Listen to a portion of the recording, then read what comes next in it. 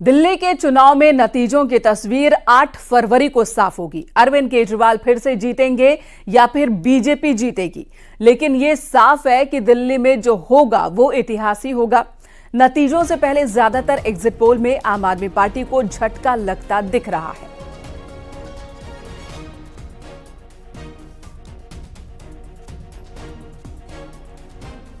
तो तमाम exit poll में बीजेपी को बढ़त और आम आदमी पार्टी को नुकसान होता दिख रहा है।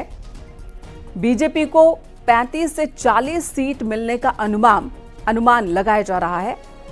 ये सभी एग्जिट पोल का एवरेज मैं आपको बता रही हूं। कई एग्जिट पोल ने 61% तक सीट बीजेपी को मिलने का अनुमान जताया है। वहीं आम आदमी पार्टी को नुकसान और कांग्रेस का प्रदर्शन फिर से निराशाजनक, यानी कि मायूसी भरा हुआ। ज्यादातर एग्जिट पोल ने कांग्रेस को एक भी सीट नहीं दी है। कुछ एक एग्जिट पोल ने कांग्रेस को 0 से 1 या 0 से 2 सीट मिलने का अनुमान जताया है। तो दिल्ली का दंगल, महा एग्जिट पोल की अगर बात की जाए तो महा एग्जिट पोल की तस्वीर आम आदमी पार्टी को निराश और परेशान करने वाली दिख रही है। वहीं बीजेपी के पक्ष में माहौल बना है। इस तरह के संकेत इन एग्जिट पोल में 8 फरवरी का इंतजार करना होगा, जब वोटों की गिनती होगी और तस्वीर पूरी तरह से साफ हो जाएगी कि क्या अरविंद केजरीवाल एक बार फिर जीत रहे हैं। अगर उनकी पार्टी एक बार फिर सरकार बनाती दिख रही है तो ये अपने आप में इतिहास होगा। लगातार 3 टेन्योर 5-5 साल का पूरा कार्यकाल और उसके बाद फिर अगर सत्ता में आते हैं तो ये दिल्ली के इतिहास में दर्ज हो जाएगा। वहीं अगर सत्ता परिवर्तन होता है तो वो भी ऐतिहासिक ही होगा, क्योंकि बीजेपी लंबे वक्त के बाद सत्ता में वापसी करेगी दिल्ली में। 15 साल आम आदमी पार्टी के, उससे पहले 15 साल कांग्रेस के, जब बीजेपी सत्ता से दूर रही। तो इस तरह से ऐतिहासिक होने वाला है यह नतीजा इस बार का। 8 फरवरी का इंतजार चल रहा है। आगरा में समाजवादी पार्टी के सांसद जितेंद्र कुमार दोहरे के सुरक्षा कर्मचारियों पर आरोप लगा है कि उन्होंने टोल प्लाजा पर गुंडागर्दी की है। टोल प्लाजा के कर्मचारियों ने आरोप लगाया कि उन दोनों सुरक्षा कर्मियों ने जबरदस्ती टोल प्लाजा का बैरियर उठाया और सांसद के बेटे की बारात में शामिल एक बस समेत 29 गाड़ियों को निकलवाया। टोल प्लाजा के मैनेजर ने आरोप लगाया कि विरोध करने पर उन्होंने जान से मारने की धमकी दी है। समाजवादी पार्टी के सांसद जितेंद्र कुमार दोहरे के 2 सुरक्षा कर्मियों पर ये आरोप लगे हैं। और इन तस्वीरों में भी आप देख रहे हैं कि टोल प्लाजा का बैरियर पकड़ा एक शख्स दिखाई दे रहा है, जो सभी गाड़ियों को टोल से गुजरने का इशारा कर रहा है। आरोप है कि बारात में शामिल होने के लिए 1-2 नहीं बल्कि 29 गाड़ियों को इसी तरह से बिना टोल टैक्स जमा करवाए निकलवाया गया, जिसमें 4 पहिया वाहन, बस सभी कुछ शामिल थे।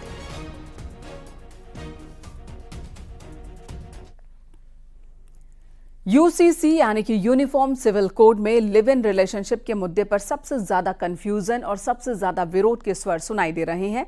रजिस्ट्रेशन को लेकर 16 पेज का फॉर्म भरने से लेकर तमाम जानकारी देना युवाओं को पसंद नहीं आ रहा।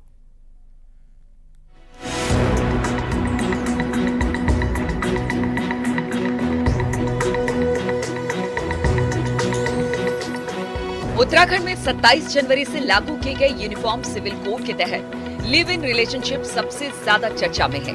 सियासी पार्टियां इसे अपनी अपनी सहूलियत के हिसाब से मुद्दा बना रही है, तो युवाओं में भी इसको लेकर मिली जुली राय सामने आ रही है।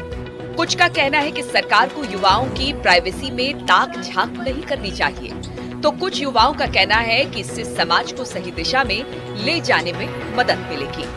वो उनका पर्सनल मैटर है, कुछ भी करे अपना अपना पर्सनल मैटर। मतलब अब मैच्योर हो गए लोग तो अपना पर्सनल मैटर अच्छा बुरा समझ सकते हैं। सरकार को इस चीज में ज्यादा दखल अंदाजी करनी नहीं चाहिए मेरे हिसाब से। अगर कोई मतलब अपने रिलेशनशिप में है उसके लिए बहुत गलत है, क्योंकि उनकी प्राइवेसी में बात जा रही है। और मैं इसकी मतलब बिल्कुल नेगेटिव पॉइंट ऑफ व्यू है मेरा, क्योंकि हमारी जो गवर्नमेंट है वो मतलब बिल्कुल जैसे कि कंस्ट्रक्शन हो गया, घर हो गए, लोगों की गरीबी हो गई, इनमें ध्यान ना देते हुए बस इस चीज में वो ध्यान दे रहे हैं कि गर्ल्स बॉयज उल्टे सीधे चीजों में ध्यान दिया जा रहा है। काफी हद तक इसमें सामाजिक समस्याएं जिस प्रकार है, सामाजिक जीवन को जिस प्रकार एक सही दिशा में ले जाने का काम किया गया है। काफी सराहनीय काम है। आप इसमें एक अगर पॉइंट देखेंगे कि कहीं ना कहीं इसमें कहा गया है कि यदि किसी कपल को रिलेशनशिप में रहना या लिविंग में रहना है तो उसे कहीं ना कहीं रजिस्ट्रेशन कराना होगा और तलाक संबंधी भी इसमें बातें हैं, तो वो कहीं ना कहीं एक सही समाज की दिशा की ओर एक कदम है। यूसीसी में लिव इन को लेकर धर्म गुरुओं से जाति संप्रदाय का सर्टिफिकेट देने जैसी कई भ्रामक बातों पर यूसीसी ड्राफ्टिंग और रूलिंग कमेटी के सदस्य रहे मनु गौड़ का कहना है कि ये सब राजनीतिक बयानबाजी है। केवल कुछ विशेष समुदायों के लिए ये ऑप्शन के तौर पर रखा गया है। ऐसा लिव इन में कुछ नहीं है कि कोई दो व्यक्ति अगर लिव इन का पंजीकरण कराना चाहते हैं तो उन्हें कोई धर्म गुरुओं से अपना सर्टिफिकेट देना होगा। एक चीज है कि कुछ ऐसे रिश्ते होते हैं जिनके मध्य विवाह अनुमन्य नहीं होता, लेकिन फिर भी कुछ समुदाय ऐसे हैं जिसमें कजन मैरिज होती है, तो वो उनके ट्रेडिशनल कस्टम्स और उनके अपनी परंपराएं हैं, तो उनको इसमें संरक्षित करा गया है, उनको इसमें एग्जेम्प्ट करा गया है। बहरहाल यूसीसी और खास तौर पर लिव इन रिलेशनशिप के रजिस्ट्रेशन को लेकर विवाद और बहस दोनों ही जारी है और इन सब के बीच उत्तराखंड में लागू समान नागरिक संहिता कानून अपने उद्देश्यों में कितना सफल हो पाएगा, ये देखने वाली बात है। न्यूज़ 18 के लिए देहरादून से सुनील नवप्रभात की रिपोर्ट।